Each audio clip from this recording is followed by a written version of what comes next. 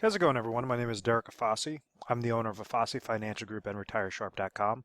Today's topic I want to discuss with you guys in full detail joint and survivor annuities and fully explain the pros and cons of each. Now, an individual is typically looking towards a joint and survivor payout, whether that's through a pension option where they might be given like an annuity pension option, or more on the private side where you could leverage existing retirement assets, roll them over into specifically designed annuity contracts that will provide lifetime income for both you and your spouse. Meaning that when income is going to you guys, when one spouse passes away, the money will still remain until the second spouse passes away. So it's just some really good ways on how somebody could leverage their age and leverage their longevity, basically their mortality rate, the chance of them and their spouse passing away, to their benefit. One of the first things that I want to discuss is pension income.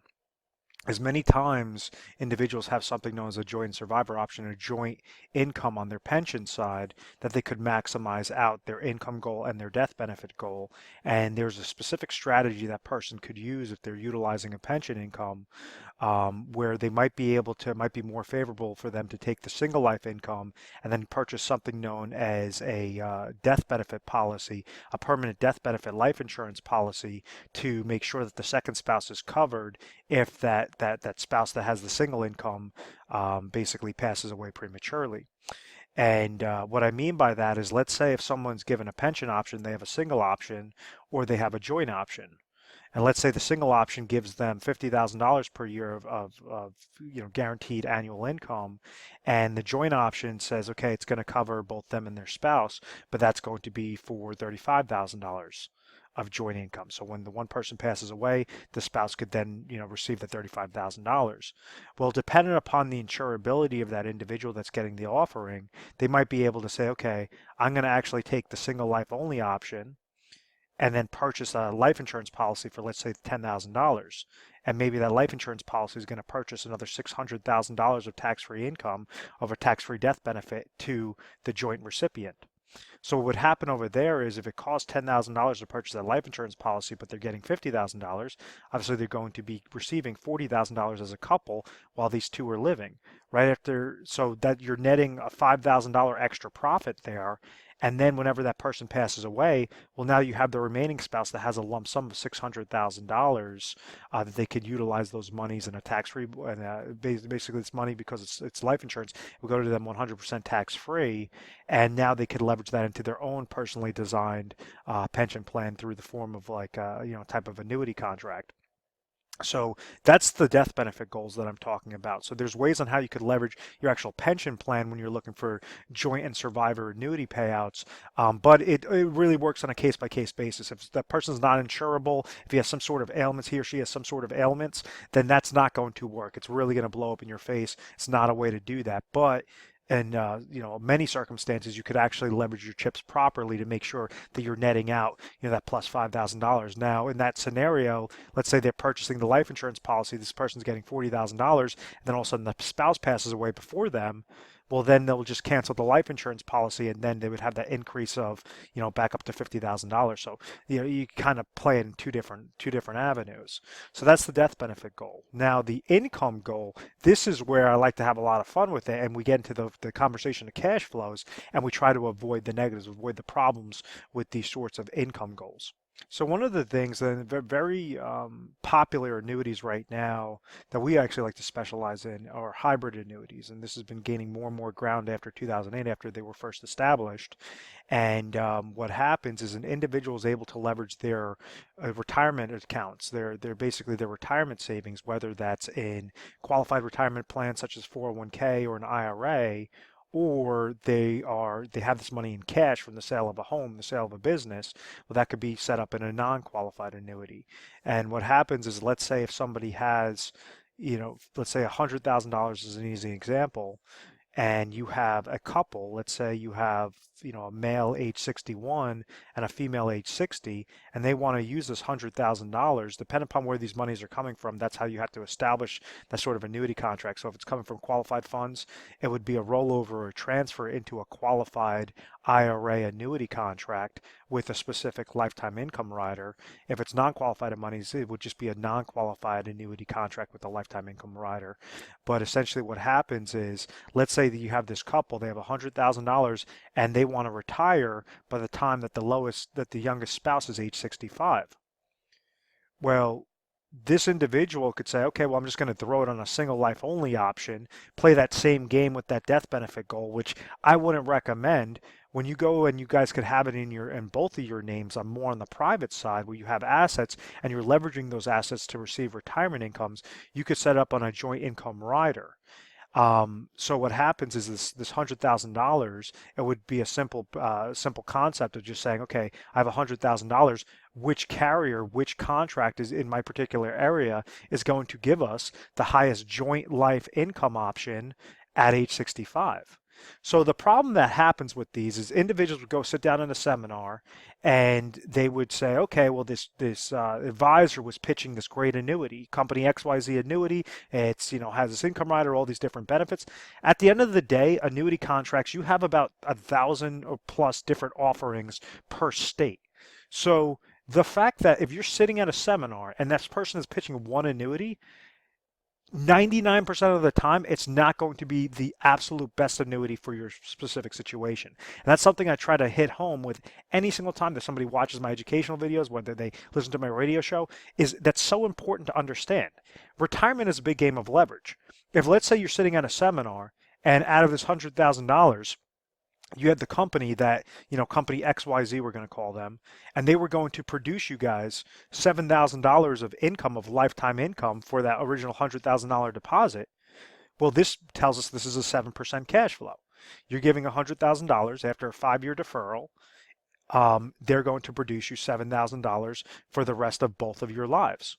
Well, if you have company ABC, that is just as good as a company, just as high rated as a company, but would provide you an 11% cash flow, $11,000 off of that same 100 grand. Why would you go with company XYZ? And these are the fluff. These are the smoke and mirrors. You have, like premium bonuses, and you have income roll-up rates, all these different terms that just try to confuse the heck out of somebody, when in actuality, what is the actual cash flow percentage? What is the dollar amount? If you're placing a dollar in with the company, what is the best one that you can come back with? And with the joint lifetime income side, this is, you have from the top option to the bottom option is few and far. It is ridiculous, the amount of first place versus, sixth place option. Something as high as, a 7% cash flow versus an 11% cash flow is very, very common, especially when you're looking at joint life income. See, the way that joint life income works with income riders and lifetime income is it's going to go based upon the youngest of the two spouses, and then how many years of a deferral. So it prevents the person, it prevents the 70-year-old male that has a trophy wife that's 28 years old from getting set up in a joint life income option, is because it's going to go by the youngest of the two, to then basically establish what that exact cash flow percentage is going to be. So if you have, let's say, a couple, male age 65, female age 58, and you guys want to wait 2 years to trigger income, well, it's not going to have the calculation based upon the 65, the age 65. It's actually going to be off of the youngest of the two, because they're saying we're covering two people's lives. We're going to go off of the youngest of the two. So that's how the joint income option is established. And basically, what we do is we have something known as the Retire Sharp planning system that allows us to take a situation, go through the 1,200 plus different results that come back, and then say, okay, this is first place, second place, third place. This is going to be the best. These are the pros, the cons, the pros, the cons, the pros, the cons. This is what we recommend. And it's all about customization. At the end of the day, retirement planning, it used to be simple. You were able to leverage fixed accounts, fixed interest rate accounts. Well, interest rates have hit all-time lows. So now what are you going to do? Go into the variable side, the speculative side, speculation, and that's when you fall victim to mutual fund related fees, advisor fees, downward market loss potential, siphoning money from those accounts, things that make individuals outlive their monies. is there's a statistic out there currently that 80 to 90% of seniors that are retiring are either at or below the poverty level. How exactly can that be when you have the United States as one of the richest countries in the world? And it's because individuals are utilizing an accumulation goal for a preservation and distribution need. Right when you hit your 50s, you should be gearing up for retirement. You shouldn't be trying to, put that pedal to the metal, try to go further into risk, further into, growth potential. What I've seen with retirement disasters leads me towards the recommendations that preserve your accounts, leverage your accounts properly so you're using the smallest amount of dollars and only as much as necessary to accomplish this joint goal, this joint and survivor annuity goal. So don't fall victim to just, the agent up the road or the carrier up the road. Make sure that you're being educated on what the best options are. And that's one of the things that we try to help individuals out on a national basis. So at any point in time you found value in this video, feel free to give us a call, 1-800-566-1002. We offer 24/7 customer service. You give us a call mornings, nights, weekends, holidays. Someone will be there to take your call. We are A+ rated on the Better Business Bureau. It's because we believe in education first. You want to make sure you're properly educated, whether that's we have to send you free literature pieces. We have a whole slew of reports. We just came out with a little over 10 reports. So based upon your specific situation, we could send you over some generic reports, and then we also utilize personalized content as well, whether that's through video sources, whether that's through personalized specifically designed reports for your exact situation. It's all about getting that education, seeing exactly what the options are, getting non-biased feedback. We're an independent agency, so I don't care which carrier is going to come back in first, second, and third place as long as it's correct for your situation. If anything, my mindset is, or what I try to instill in the advisors that work for my company is, the insurance company is out there to screw people. That's basically it. They're out there to leverage the chips in their best to their abilities. So when you have specific offerings that are ideal for the individual that's 55 that wants to retire at age 65, or the individual that's 65 that wants to retire in the next 30 days, or the person that's currently retired, how exactly can that person use the smallest amount of dollars, leverage the absolute optimal contract to receive the most amount of benefits? And that's what the game is. It's a big game of leverage, and that's what we try to show you guys, and we do it through education, and we do it to try to help you guys out best way possible. I want to thank you very much for watching this video. It means a lot to me to constantly see you guys subscribe to my channel, and it really motivates me to put more and more content out there. I want to thank you very much, and at any point in time, if you did not subscribe yet, please make sure to subscribe to our YouTube channel, Retire Sharp. Visit our website, retiresharp.com, and simply call our 1-800 number. Even if you want to have a second opinion, it's never going to hurt to at least get some unbiased information. So thank you so much, guys, and I will hope